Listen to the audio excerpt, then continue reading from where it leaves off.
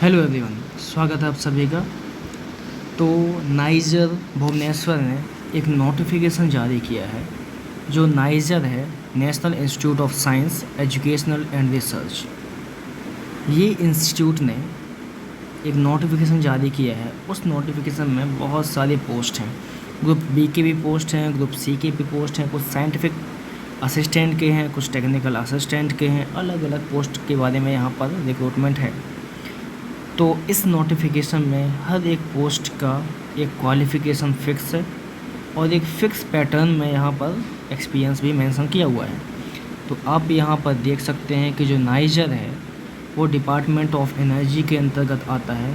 भुवनेश्वर का एक इंस्टीट्यूट है जो उड़ीसा स्टेट में इस्टेब्लिश है।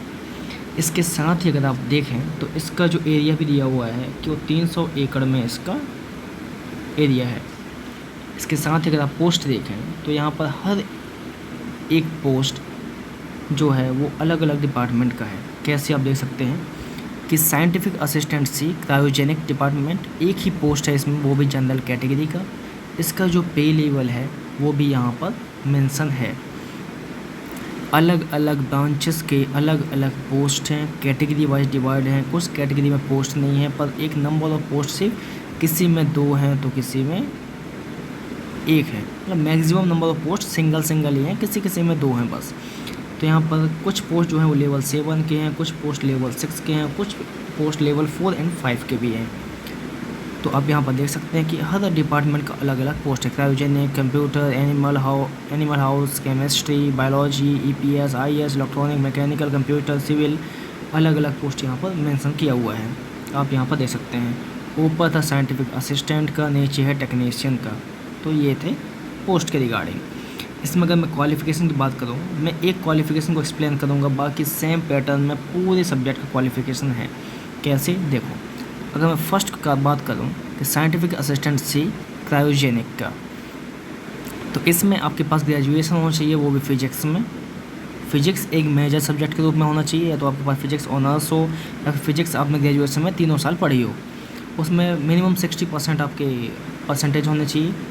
और साथ में अगर ये नहीं है आपके पास, तो आपके पास डिप्लोमा अगर हो इस फील्ड में तो वो भी चलेगा, उसमें भी आपके 60% मार्क्स होने चाहिए। इसके साथ ही आपके पास एक्सपीरियंस की बात करूँ तो 4 साल का एक्सपीरियंस होना चाहिए किस फील्ड में, जिस फील्ड के लिए आप अप्लाई करना चाहते हैं उस फील्ड के लिए। और अगर एज की बात करूँ तो आपके पास कम से कम 18 साल का एज होना चाहिए और ज़्यादा से ज़्यादा 32 साल का एज होना चाहिए। कब तक? 29 मई तक में आपका 32 साल का एज होना चाहिए। और इसके साथ ही आपका जो डेट ऑफ बर्थ है वो कब, किसके बाद होना चाहिए? 1990 के बाद का होना चाहिए आपका डेट ऑफ बर्थ, 1991 फिर 1991 के बाद का। इसके साथ ही आपका जो जॉब एप्लीकेशंस है वो यहाँ पर आप देख सकते हैं कि जो हर डिपार्टमेंट का अलग अलग जॉब एप्लीकेशंस है, पर जो पैटर्न है वो सेम है। अगर आप सेम समझें तो देख लीजिए आप, जैसे साइंटिफिक असिस्टेंट कंप्यूटर का सेम पैटर्न है, जैसे उसमें फिजिक्स चाहिए था ग्रेजुएशन में, वैसे यहाँ पर कंप्यूटर साइंस सेम 60%। यहाँ पे डिप्लोमा अगर हो तो ठीक है, नहीं हो तो डिग्री भी चलेगा। 4 साल का एक्सपीरियंस होना चाहिए। एज भी आपका वही रहेगा। हाँ, किसी किसी में एज वेरी करा है, तो आपका एज 29 अप्रैल के एंड तक ही होना चाहिए। तो ये यहाँ पर दिया हुआ है, जैसे यहाँ पर आप देख सकते हैं साइंटिफिक असिस्टेंट एनिमल हाउस में सेम यहाँ पर BSc आपके पास लाइफ साइंस, जियोलॉजी, बायोटेक्नोलॉजी इससे होना चाहिए। 60% मार्क्स, 4 साल का एक्सपीरियंस, 37 एज, 29 मई तक। यही सेम हर पोस्ट में आपके जिस पोस्ट के लिए आप अप्लाई करना चाहते हो उस पोस्ट के लिए जो क्वालिफिकेशन है वो आपके पास ग्रेजुएशन तो होना चाहिए, 60% होना चाहिए। और साथ में एज भी आप इतना मान लीजिए कि 35 से 37 एज हर पोस्ट में एक एवरेज माना गया है। किसी में 32, किसी में 35, किसी में 37। तो ये इतना डिफरेंस है, 1-2 साल का डिफरेंस है, पर आप मान लीजिए 32 to 37 इतना एज आपके पास होना चाहिए। तो हर पोस्ट का देख सकते हैं, पर एक्सपीरियंस हर किसी में 4 साल का एक्सपीरियंस मांगा है हर किसी में, और BSc होना चाहिए, ये भी मेंशन है। तो ये थे पोस्ट और उसके क्वालिफ़िकेशन के रिगार्डिंग। इसके साथ अगर मैं जाऊँ तो यहाँ पर आप देख सकते हैं हर पोस्ट का अलग अलग क्वालिफ़िकेशन दिया हुआ है। अब कैसे अप्लाई करना है फॉर्म, कहाँ से फिल करना है, कितना फ़ीस लगेगा, क्या डेट है, वो सभी कुछ आपको बताने वाला हूँ। अब आप यहाँ पर देख सकते हैं कि एक ऑप्शन है इस नोटिफिकेशन में हाउ टू अप्लाई, कि हमको फॉर्म को अप्लाई कैसे करना है, वो आपको बता दे रहा हूँ मैं, तो उसको आप ध्यान से देख लीजिएगा। और इसका एक ऑफिशियल वेबसाइट भी है, वहाँ पर भी आपको पूरा नोटिफिकेशन मिलेगा और वहीं से आप अप्लाई कर सकते हैं। यहाँ देख लीजिएगा।